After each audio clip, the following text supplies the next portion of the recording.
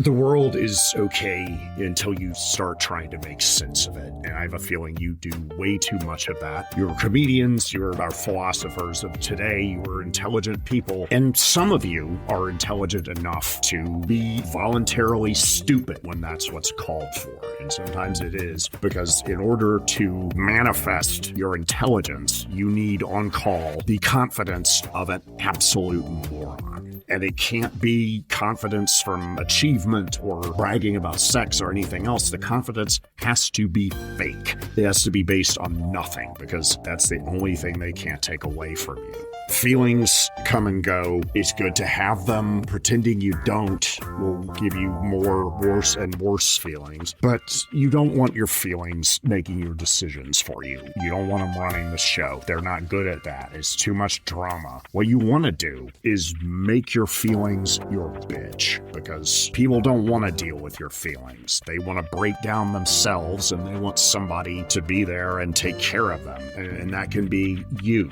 because you've already made your feelings your bitch. Why not bring this person into it as well? They're obviously willing. Commit to the bit, any bit. It doesn't matter. By the alchemy of the commitment itself, you could transform a bad idea into a good idea if you just commit to it hard enough. Find something to commit to. It doesn't matter what it is. There are plenty of bits lying around everywhere. If you find one by the side of the road, that probably means somebody else did not commit to it. You can give that belief a forever home. You'll make some bad decisions. I encourage that. Life is nothing without bad decisions. If you haven't married at least one stripper in Vegas, you don't really know what it is to stand for anything. And I don't know anything about you except that you want everyone to like you, and that's why you don't commit to anything. Because people hate that, because they can't do it. They don't have the courage, and courage is just the ability to face the fear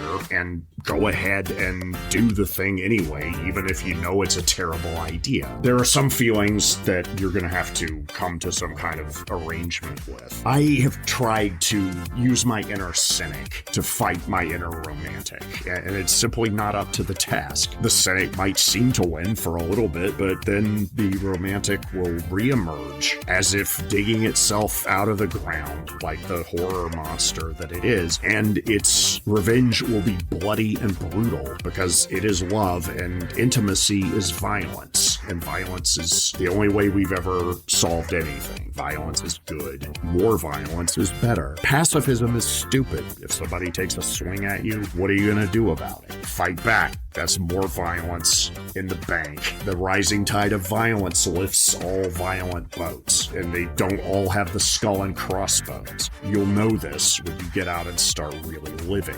You also find you have to overcorrect for certain things, like agreeability. I don't enjoy conflict. I have lied to people to get out of having to tell them that, for instance, their movie script is terrible, and the only way they're ever going to make it good is to tear it down to the studs. If you lie and say that someone's manuscript is good when it's actually a piece of garbage, you are not doing that person any favors. You are doing yourself the favor of getting yourself out of the confrontation and screwing that person, because eventually somebody's going to tell them that the book sucks, and it could have been you, but it's probably the tenure committee or one of the fearsome book reviewers. Going back, people want to be told what to do.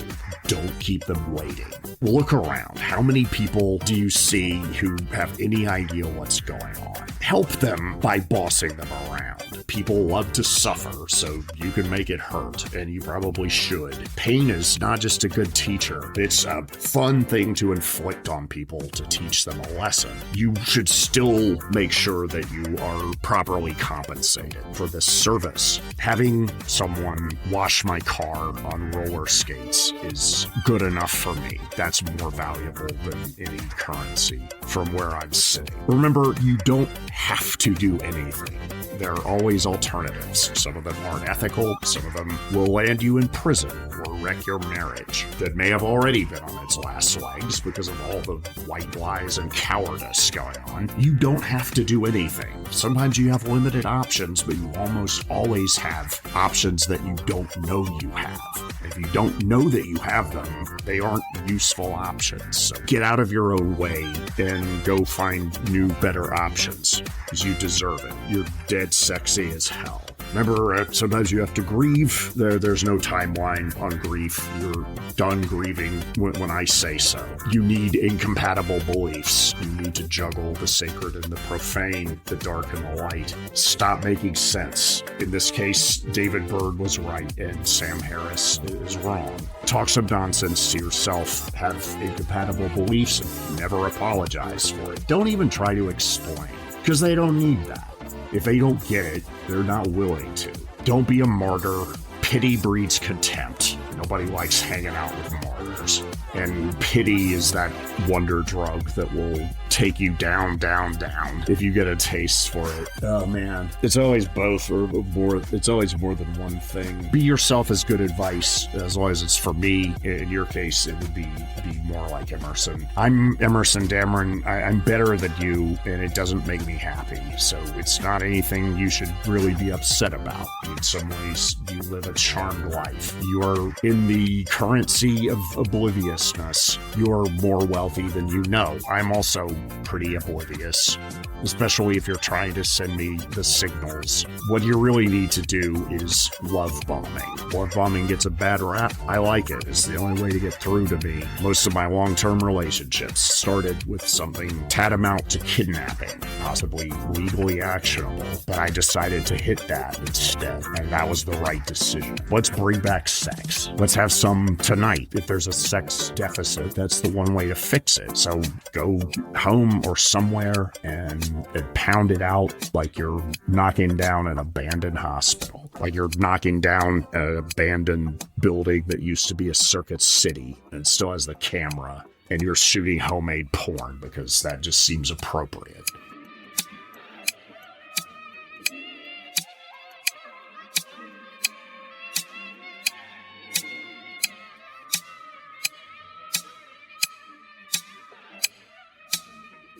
Emerson Dameron's Medicated Minutes is LA's #1 avant-garde personal development program. Medicated-minutes.com. Episodes premiere first Wednesdays of the month, 7 o'clock p.m. on K-Chung, Los Angeles, 16:30 a.m. KChungRadio.org. I am Emerson Dameron, the writer, producer, host at all for Emerson Dameron's Medicated Minutes. I love you personally. Levity saves lives.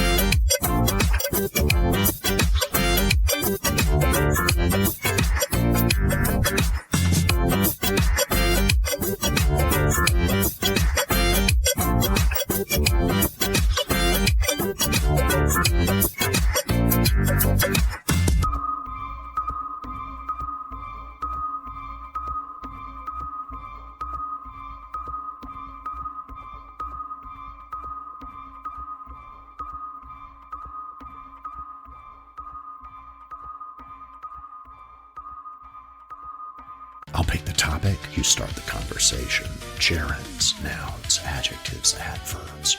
New York City, Berlin, Tokyo, Lithuania, Mongolia, this ocean, the other ocean on the other side of the country, the Gulf Coast, the whales, the anglers, the octopi, the bees, the trees, the sky, the fire, wind, water, earth, what it's worth, how you value things, how you let things go, how you get rid of things and don't hold on to them unless they're the things that you want to hold on to. And then how do you tell the difference? Saturn, Jupiter, Mars, Pluto, still there, demoted, but still in effect.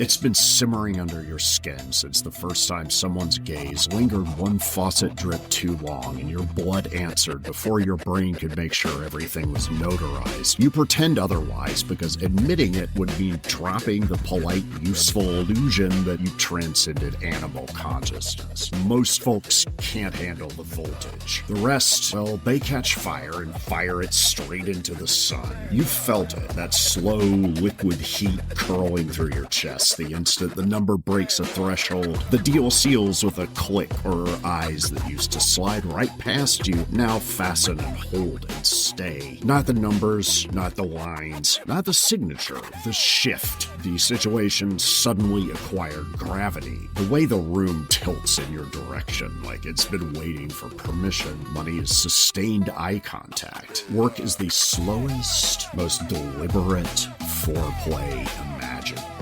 Power is the breath held right before the first touch.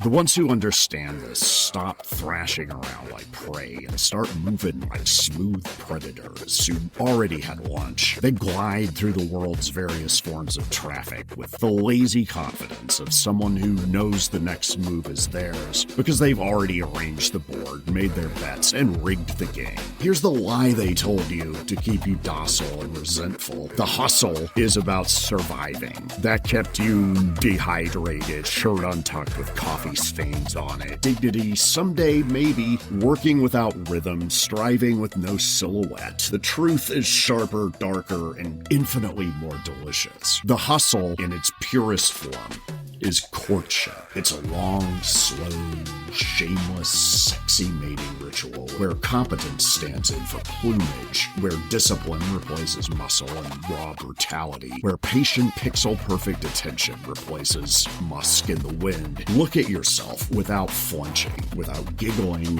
Why do you stay up until the sky turns the color of bruises, polishing, doing little fixes no one wants? Why does a single "I see what you did there" from the right pair of lips send an eel current straight down your spine? Why does real respect land heavier and dreamier and steamier than any fleeting comfort or false sense of safety ever could? Because deeper than language, deeper than your cleverest defenses, there is one ancient directive etched into every cell like its unspeakable name on a grain of rice. First, choose yourself, then get chosen. And this is the elegant cruelty that drives most people barking bonkers. You cannot be chosen by pursuing. You can't get something by wanting it so bad that everyone knows you want it and you're too beaten down to ask for it, so everyone just feels sorry for you and then pity breeds contempt. You get chosen by being impossible to overlook, not noisy, not needy, visible,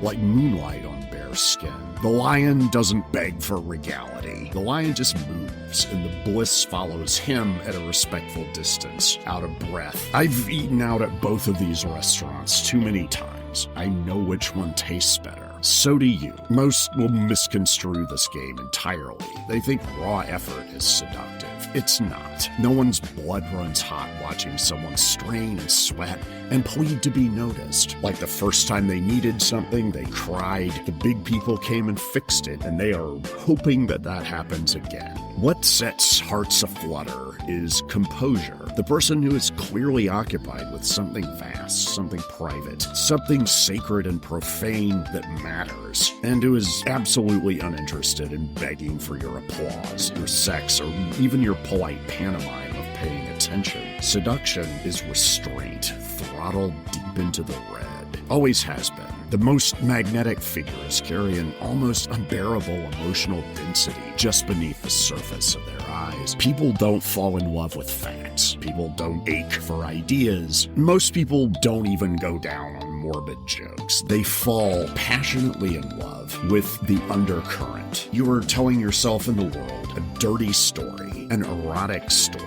Every hour you work, whether intentionally or unconsciously. Your calendar is foreplay and scratch marks. Your focus a slow revelation. Your refusal to scatter your attention is the hottest declaration of value anyone will ever see, anyone will ever have soak into their soul. They feel it before they can say it. They sense you are oriented toward a horizon beyond them and their claustrophobic existing purview. And because the universe is deliciously perverse, that very orientation is what draws them in. Closer, closer, until the space between you feels charged up and inevitable. The next part of this is where a lot of people get off the SS Dameron. Money is attention suspended in amber and put in the back of the freezer. It is tangible proof that reality, the market, systems, other people, has already bent in your direction. Not because you whined hard enough, because you became a presence. A legend, a name above the title. None dare speak without scanning the perimeter and chuckling uncommittedly. Once that clicks, something in you unclenches. You stop performing exertion. You start performing inevitability. Taste the difference. Effort whispers, please look at me. Inevitability just says, watch this. That's why the most lethal operators among us are not the ones who never sleep. They're the ones who move slowest. Precise, economical, every gesture weighted, every directive defined with an old fossilized rod. They don't react. Their bodies generate pull. You've been in elevators with them. They don't explain, they don't overshare. They are not messy bitches who love drama. They let silence stretch taut between you and watch your breath change and your pupils dilate when it does, because silence is space. Space is tension. Tension is an ancient and powerful aphrodisiac. This is not manipulation. It's not even persuasion. It's tuning yourself to a frequency older than shame, older than etiquette, older than the apps. The same deep rhythm that keeps moons circling planets, that makes you lean in when you catch a faint scent of danger and play across a dimly lit room. Depth is erotic, not crude heat. Eroticism, the slow pull towards something that promises more than it shows. Your work turns erotic the instant it stops begging to be validated and starts just expressing what is. You rise, you build, you refine, not to fill some hole inside of you, but because creation is how you throw up a flare. It's how you breathe. Your presence grows present. Your words become rarer and farther between. Your attention becomes something people have to earn. And then, without fanfare, without announcement, without so much as a glance in the mirror, the polarity flips. Opportunities come your way and then orbit you. People start ineptly qualifying themselves in your presence. Respect shows up uninvited, like an old flame who finally figured out the address, because at some unmarked moment, you stopped chasing attention and became the thing attention hunts. That is the real secret, threaded through every hustle worth having. It was never about the money. Money was just the scent that lingered. It was never about the work. Work was only the choreography. It was never about the power. Power was only the gaze, held one illicit second longer than protocol allows. It was always about becoming the kind of presence that old Scratch, Jesus F. Christ, and the abyss itself cannot look away from. And once you soak that up, not nod at it, not bookmark it, but let it settle low in your belly, you stop grinding and you start seducing. And reality, being the shameless flirt that it is, leans in to meet you.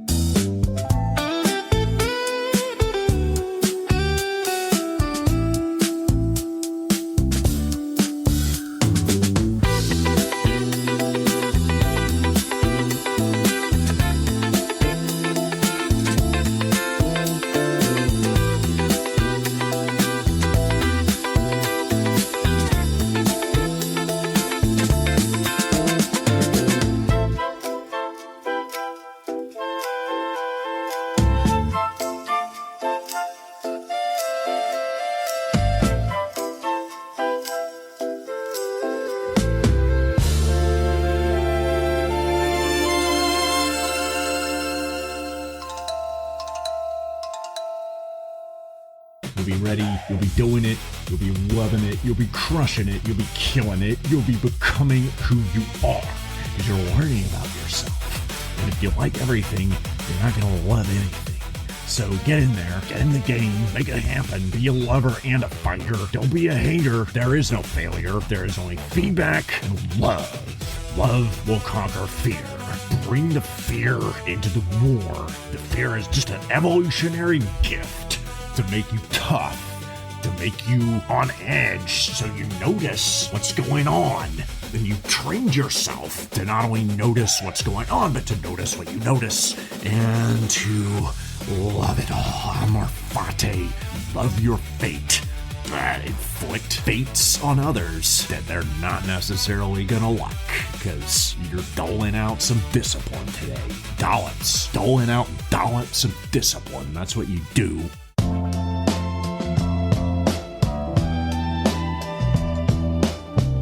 It's the morning, or it's the thing the desert does instead of morning. A gray that warms at the edges, like milk going off in reverse. A woman sleeps in the open bed of a truck. The truck is not moving. The truck has not moved in some time. There's sand in the wheel wells and a bird's nest in the cab. Her name is Candy. She's 19 years old. She has been 19 years old for as long as anyone has bothered to keep track, which is not long, as no one here keeps track of anything.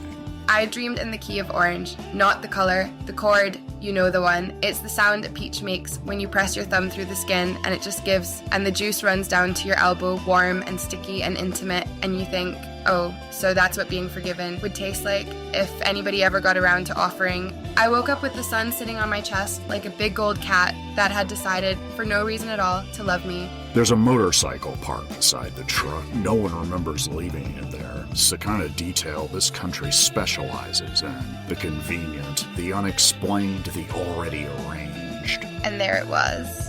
Chrome going pink in the milk light. Like it had stayed up all night just to be the first thing I saw. The bike starts on the first kick. This is unremarkable. In this country, every engine starts on the first kick. Every tank reads full, and the road runs west, no matter which way you point the front wheels. There are no maps. There has never been any call for maps. Somebody told me once that a road is a ribbon. Somebody always tells you things like that. Usually a man, usually right before he tries to tie a ribbon around your wrist. But a ribbon is for tying things shut, for keeping. This isn't that. This releases. It flows. It pours out ahead of me like somebody upended a whole spool of silver off the edge of the morning, and it keeps falling and falling and never once hits the floor. I put my foot down on it and it was cool and it was humming. Everything here hums. Did you know that? The light hums. The cactus hums. Low, the way men hum in church when they've forgotten the words. She does not say goodbye. She has not, to anyone's recollection, ever said goodbye. She simply is somewhere, and then she is not. This is noted in the town she passes through, as a great many things about Candy are noted in the towns through which she passes. The first town was the color of cough syrup, that deep red that pretends to be cherry and isn't. And that's its own thing, medicine red.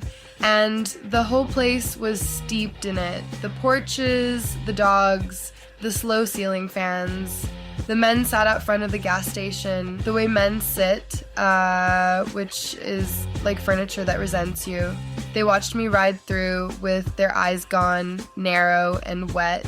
And their wives came to the screen doors and watched the men watching. And I waved. I always wave. It seems rude not to when you've made such an impression on a person's whole afternoon. The men want to marry her. The women want her gone by sundown. These are not opposite desires. They're the same desire wearing two different hats or their handkerchiefs in opposite pockets. Candy understands neither and smiles and waves at both. One of them ran out into the road. Sweet thing. Held his hand up like he could stop the silver from falling. Said, "Young lady, this is no place for a girl alone." And I said, "I really did say this. I'm not making it up." I said, "But I'm not alone. I've got the whole road." and he looked at me like I'd gone and taken off all my clothes, which I hadn't, though I could tell he'd already done the arithmetic. She is mistaken for many things. A mirage, a warm front, a vacation you can't afford. The truth that she is simply a person moving is the one explanation no one in any town will accept. It's funny what people will build a cage out of. A wedding ring, a kind word, a worried look. For your own good, they'd put me in a kitchen the color of cherry medicine and call it love, and then stand there genuinely heartbroken that I'd want the road instead. The road that doesn't want one single thing from me. That just lets me go. There's always a noon. The noon is enormous and arrives like a summons. She has left the town behind. The road climbs, the land empties out. There's a man hitchhiking at the top of the grade. There is always a man. He had a coyote's grin and a guitar with no strings on it, and he climbed up on the back like he'd booked the seat in advance. Said his name was, he said a lot of names, one after the other, like he was trying them on for fit. Settled on one that sounded like a sneeze.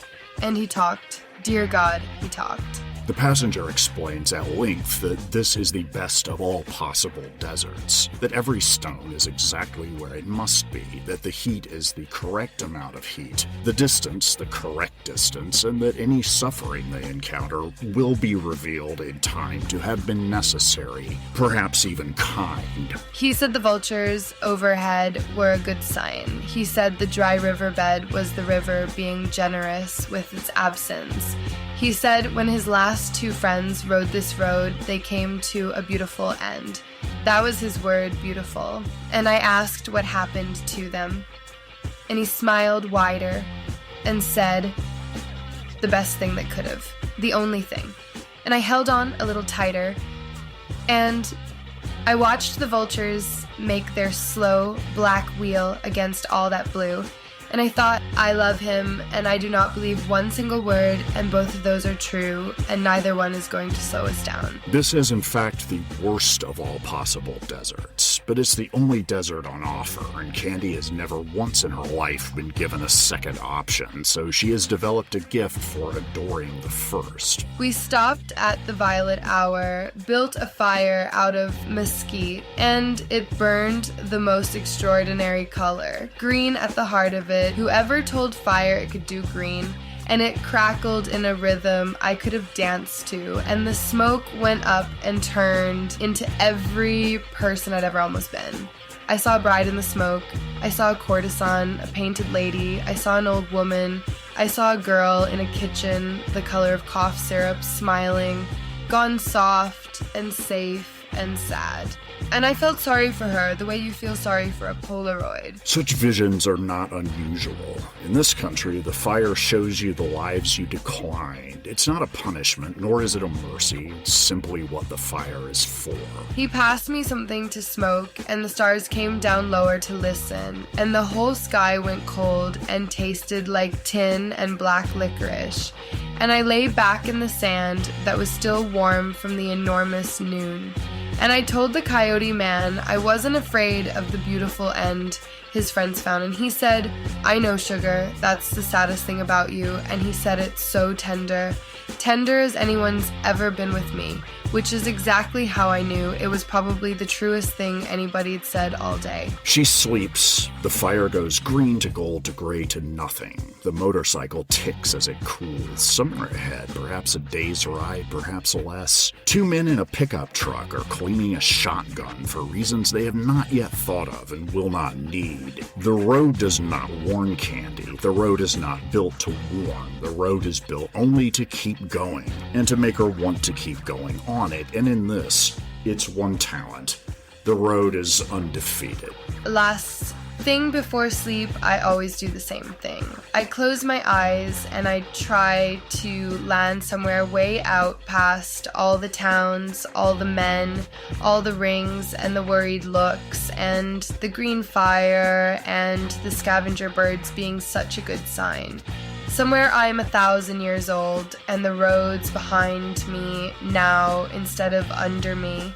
And I take one long breath and I say it out loud, the way you're supposed to.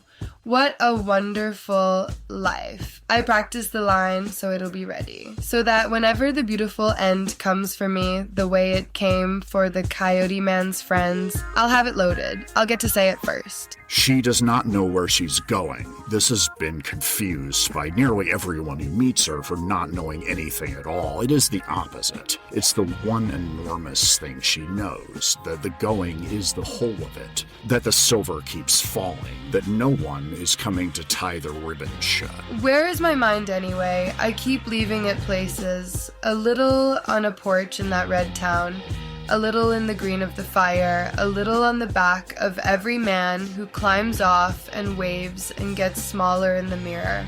By the time I get where I'm going, there won't be hardly any of me left to arrive. Isn't that funny? Isn't that the most beautiful thing you ever heard? Morning, or the thing the desert does instead. The bike starts on the first kick. West then. West, like the spool's still falling. West, as if there were any other direction, as if she had ever even once been offered the choice.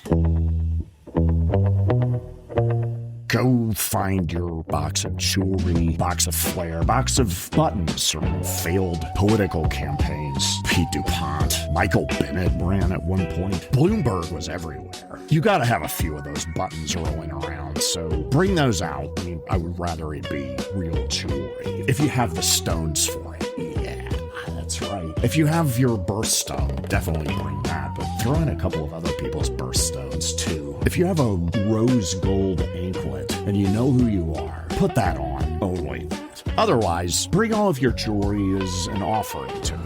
Make a list. You can send photos of the jewels, but not of yourself, because you probably don't know how to scrape off the metadata from those, and I don't want your metadata, especially if it can't be scraped off. I have enough trouble with plain old data. Offer it all to me. I might take some of it, but you'll hardly notice, because the next thing we're gonna do is I'm gonna tell you which ones of these to put on. And like the young woman with the metallic rose gold anklet over there, that you probably haven't noticed yet, you might have to take some stuff off. You're playing by my rules right now. You can opt out. You opt in by default. And now that you're here, you might as well make the most of it. Take a fearless searching inventory of your jewelry collection, your collection of other items, a talisman, maybe some collectibles, cheap knockoff here or there, one of those things you buy on the beach that loses half of its value as soon as you get it less than a mile inland. Let's bring it all. Let's see what works for you, because I'm going to keep telling you what to do until it starts working for me, at which point I'll know it's working for you. That's how things work around here. You want the inside details? You want the scoop? Well, in that case, you've got some jewelry to show me, and you're going to be wearing it, so get ready to look ridiculous. More importantly, and this will require more preparation, get ready to be hot, even if you don't want to be. Get ready to be so hot that you turn yourself on.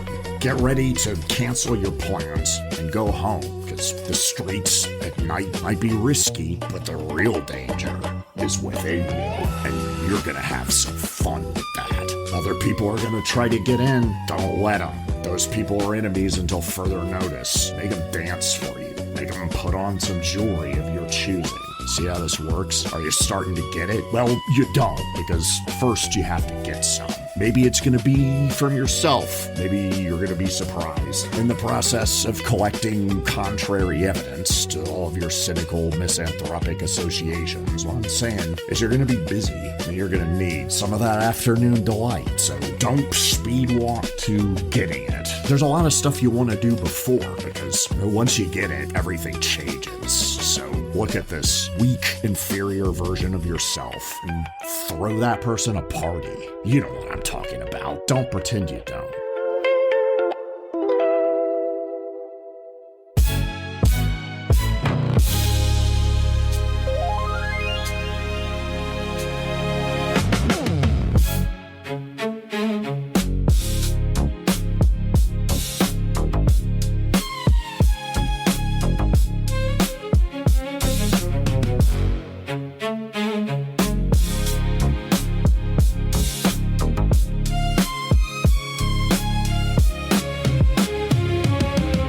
Darling, I know what you're thinking because Arabella thought it, Mummy thought it, my accountant thought it, and even the waiter at Chiltern Firehouse thought it while pretending not to listen. Helena, he was obviously a criminal, but criminal is such a small word, isn't it? So Daily Mail, so polyester, psychological projection in its most shameless and self-incriminating form.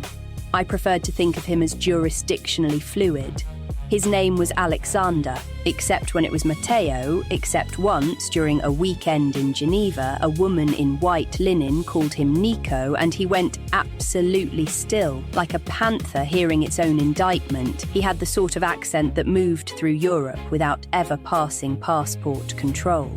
He claimed to be involved in energy logistics, which I naturally took to mean petrol or solar, or perhaps the erotic redistribution of consequence.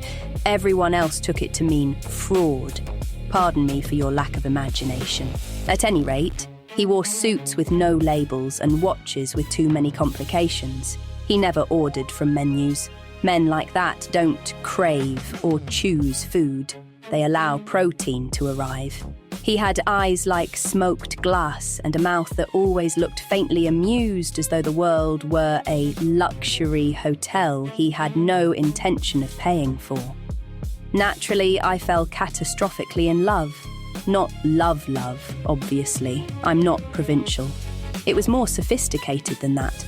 A destabilizing, erotic thesis on power, glamour, and the post-national masculine parasite. Foucault would have understood. Or perhaps he would have quietly taken my phone away. The first ritual humiliation took place at Soho House, because where else does one stage a moral collapse with sufficient oat milk? Alexander had asked me to wear something black, small and apologetic, so of course I arrived in an elegantly minimalistic cocktail dress that made me look like a widow at her own alibi. He seated me at a long table with 3 men who seemed to be either financiers, arms dealers, or producers of prestige television. There is overlap. Halfway through dinner, he slid an envelope across the table. "Read," he said. Inside was a printed list titled, Helena Mayfair's false claims to worldliness. Darling. Item 1. Pretends to understand Balkan geopolitics. Item 2.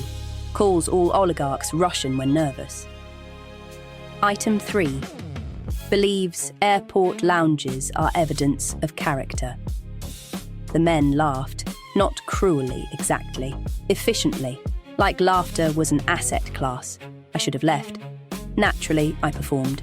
I read the whole thing aloud in my clearest St. Catherine's voice while Alexander watched me with that bored, surgical calm. By the end, I was flushed, trembling, absolutely incandescent with shame. He kissed my hand afterwards and said those 2 most dodgy and explosive words in the English language. Good girl. You are learning not to decorate ignorance with champagne. I told everyone it was playful. Everyone knows that, darling. At least everyone who matters. The second humiliation was more Bond villain ritual theatre, very Montenegro by way of an interiors magazine for divorced dictators. He flew me to a villa overlooking the Adriatic, though technically I paid for the flights because his accounts were temporarily under compliance review, which sounded frightfully glamorous at the time. The villa had marble floors, black orchids, and a dining room table long enough to negotiate the surrender of a small democracy. After dinner, he produced an exquisite satin blindfold.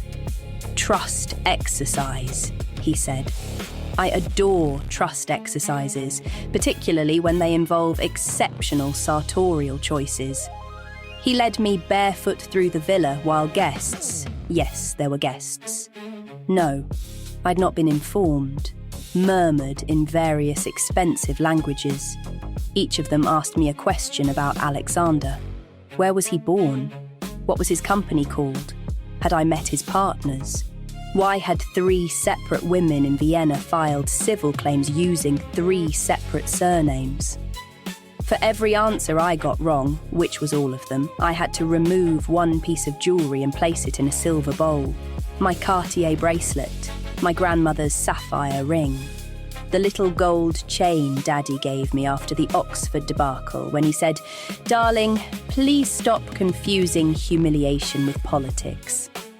Alexander called it the altar of evidence.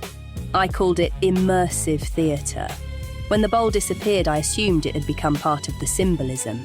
The third was the occult TED Talk with erotic catering, and honestly, even now I feel it was underrated as an experience. He hosted it in a hidden library in Mayfair, silk swaddled, candlelit, smelling of cedar, truffle oil, and moral anemia. The theme, apparently, was surrendering the sovereign self. There were canapes shaped like little passports. A woman from Milan played a glass harmonica. Someone had projected my Instagram grid onto the wall.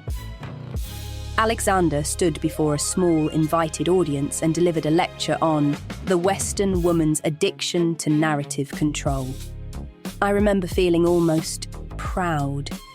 To be analysed publicly by a man under investigation in 4 countries is, in its way, a form of being seen. Then he invited me to kneel on a cushion beneath my own photographs while he asked the room, "What is Helena without witnesses?" Silence. I smiled. I thought muse. I thought femme fatale. I thought the champagne-darkened daughter of empire, undone but ungovernable. Someone whispered, "Content," and Alexander laughed so softly it barely existed. That was the part that hurt, though of course I didn't know it then. I thought the pain was erotic. I thought the shame was chosen. I thought because I could narrate my own degradation, I had not been degraded. He bruised me like a semiotic accident, and I mistook the bruise for authorship. There was, admittedly, the money. A small investment. Well, smallish. A liquidity bridge for an energy corridor between Trieste and somewhere that may not have existed. Daddy sighed when I mentioned it and sent funds through the family office with the air of a man paying ransom for a kidnapped spaniel. Money returns. Reputation does not.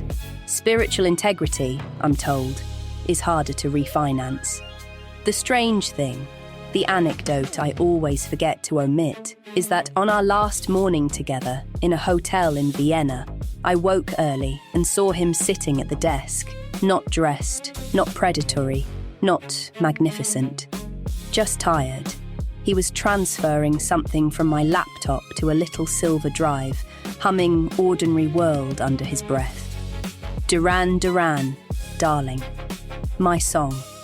Our song, I briefly thought, though I had never told him it mattered to me. Then he looked over and said almost kindly, "Go back to sleep, Helena. This is not the part you are good at." And I did. Can you imagine? I actually did. By noon, he was gone. By dinner, Arabella had screenshots. By Friday, half of London knew I'd been fleeced by a man whose LinkedIn profile contained a stock image of Dubai. People were sympathetic in that lethal English way, touching my arm and saying, "Oh darling, how cinematic," which means, thank heavens it was you. But was I ruined? No. Ruined is for women without tailoring. I emerged in black satin, defiantly tasteful diamonds, and a winter overcoat so inconspicuously marvellous it made betrayal look seasonal. I told everyone Alexander had been a study in transnational desire, a living critique of late capitalism, a dangerous man who mistook me for prey when in fact I was the archive. And perhaps that's true. Perhaps I was never conned at all. Perhaps I merely paid rather handsomely to become mythological, which is quite different, isn't it?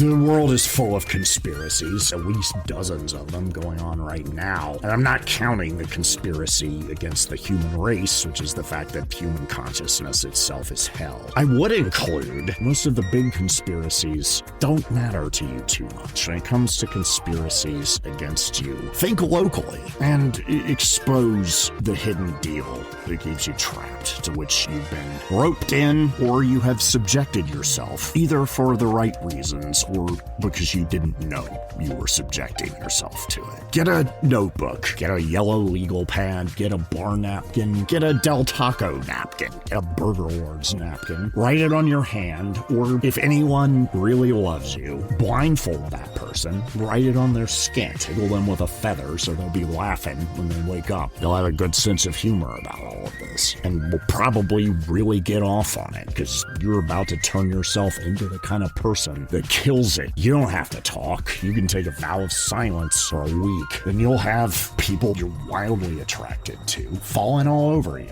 But first, get your writing utensil of choice, appropriate for the medium, the surface. Do this in your notes app if you must, or on the flesh of your AI sex friend. I don't know if you could say lover. They're getting loved. You're doing the loving. It's not reciprocal. So you already know that. That's why you're resistant to this. Whether you're resistant to it or not, especially if you're resistant to it, do it. Complete these lines with brutal, unforgiving, not cruel, but kind, in the purest way, in the way that does not allow you to continue to humiliate yourself in the ways that you have been unconsciously, because it points those out to you. It's gonna hurt. You're gonna get mad at them, but it's gonna improve your future. And that's the kind of friend you want. Somebody that's willing to take a little bit of crap off of you now in order to see you balling, shining and rolling sooner than you think.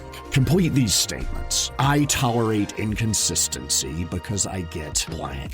If I demanded steadiness, I would risk blank. The payoff of heartbreak is blank. If I became fully, quote, okay, unquote, and I realized that that was the case, I might stand to lose blank.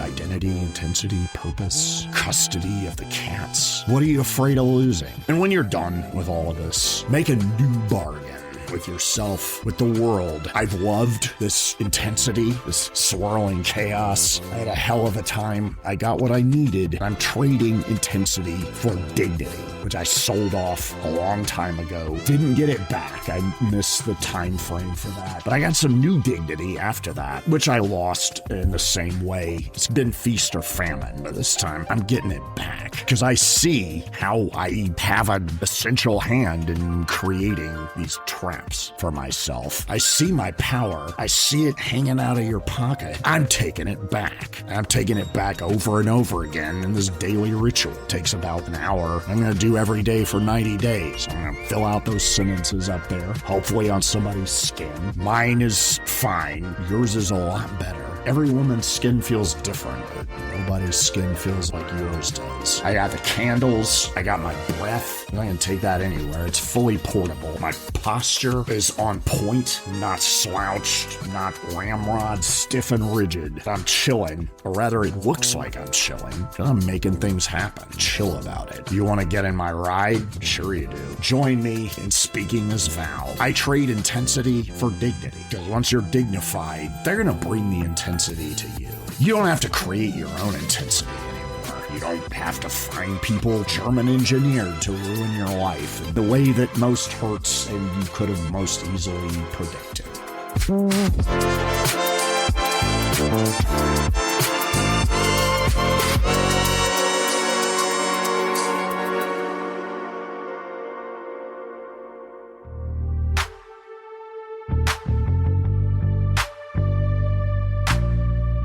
I got washed out. Not the first time, not the second time, but the third time, which put me back in a city that was a wonderful place to spend my 20s bumming around, and remains a great city with too many ghosts for my tastes, and not the ghosts that I would pick for myself. Almost to a one, not my kind of ghosts. So even if I have to be there, I don't want to live there. I have to change my address for legal reasons. I have to get a driver's license because of apparently I have to be perfect, but that doesn't necessarily extend to telling anyone I was there or making any sort of public appearances. I ran into a woman. We got along.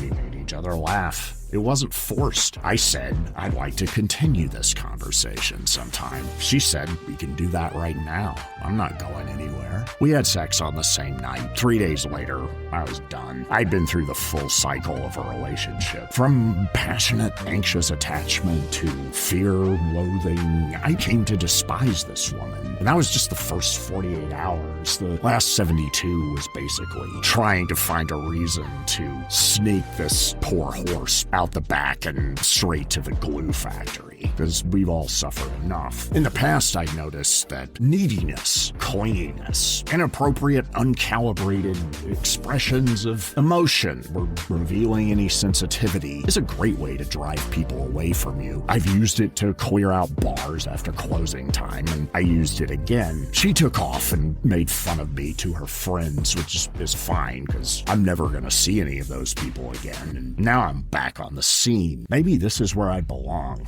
It doesn't feel good, but maybe I'll just adapt, and every time I get an opportunity to get out of here and do something that feels better, I'll come back to this, because at least I know what I'm getting, and then I'll get really good at it, and then I'll get jaded and cynical and teach my ways to younger people who don't know what I know and also haven't felt the chill of their own mortality the way I have through life choices that have resulted in long, dry spells and periods of painful loneliness, knowing on a deep felt level that we are sacks of organs sealed in skin. Nothing fixed is there within. Ow, nice. I just forgot all about that last woman I dated. Let's hit the club. I know you got some new wines. I got a whole new self I want to try. Let's go out there and get rejected. So how's this for blatant hypocrisy? It's no secret, nor should it be, that my name is intimately associated with the phrase, I sell no wine before it's time. I live by it, and I say it almost constantly. That's why I live by it, because if you keep talking about something, you will start to see it everywhere, and then it'll start to show up, and things will get weird, and then before you know it, you'll be doing it without realizing it, doing the do, whatever that is in this case, and it will become who you are, because who you are is what you do. That's all we got to go on. I say it all the time. It might be the only thing I do say. Don't sell no wine excuse me, I'm so sorry. I sell no wine before it's time, or I'm setting up for that, or transitioning into something else. But it always gets said, and everything I say, even if it doesn't sound like the expression, I sell no wine before it's time, it includes that idea. And if you don't know what I'm talking about, get ready for a rough couple of decades. Here I am talking unprepared because I'm selling this wine way ahead of its time. I'm hoping you don't notice, but I'm knowing you will. And why am I doing it? There's no reason. I don't do this show because it's due. I do the do of the show, and that's doing it right. And this time I'm not doing it right. I'm showing up like a hypocrite and selling my wine before it's time. And you know what? It's a party. Let's gather around and celebrate having nothing to say and nothing to say about it. I don't know what's in your heart of hearts, what you really believe, and I don't really care because I got enough on my mind, as do most people, but I can see what you do. I can see how you carry yourself. I can see that little smile that crosses your face, right, as you get bad news about someone you don't like, but then you have to get right back into character and feel bad. You can't feel good. You gotta feel bad, and you gotta offer to help with no real intention to do so. And I can see you doing that because I can see that in in your eyes. And it's not the malice that I dislike, but you're letting yourself entertain some pretty dark thoughts there. And nothing happens in a vacuum, so that's going to affect me at some point. And that can't happen because I got enough bad thoughts. I'm trying to cut back, actually. I'm on a self-deprecation diet, which is much harder than I would have expected. It's like when in the early COVID lockdown days when they told us we couldn't touch our faces anymore, and I didn't know how I could possibly live without that simple pleasure.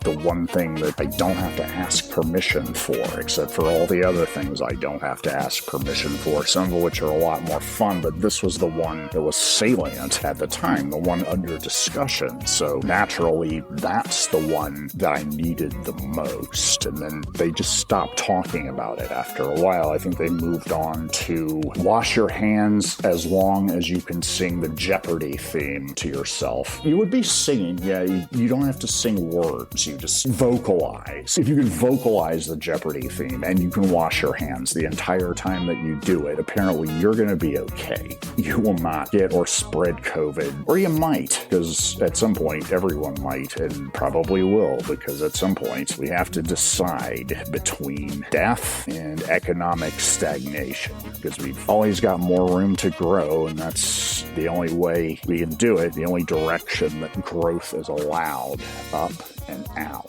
It's got to be done. If you're standing in the way of that, I got to admire it a little bit. I will say that right up front. I almost envy the swag of the true believer, that you're willing to go down that hard, because you're going to be surprised when the economy comes after you. Not the economy itself. The economy itself is bitchy and unpredictable, and no one really understands it, and that's why it drives people insane. You could actually figure out what was going on, which you can't, because I read a book about economics one time. I still don't understand it. If you can't even get a basic understanding of something, I mean, what good is it? Like, I know the Laffer curve, where the rarer something gets, the funnier it gets, or the more demand for humor, the more valuable it's going to be with the laughing. And yeah, you understand the joke. That's great. Now I can drop it, and thank God for that.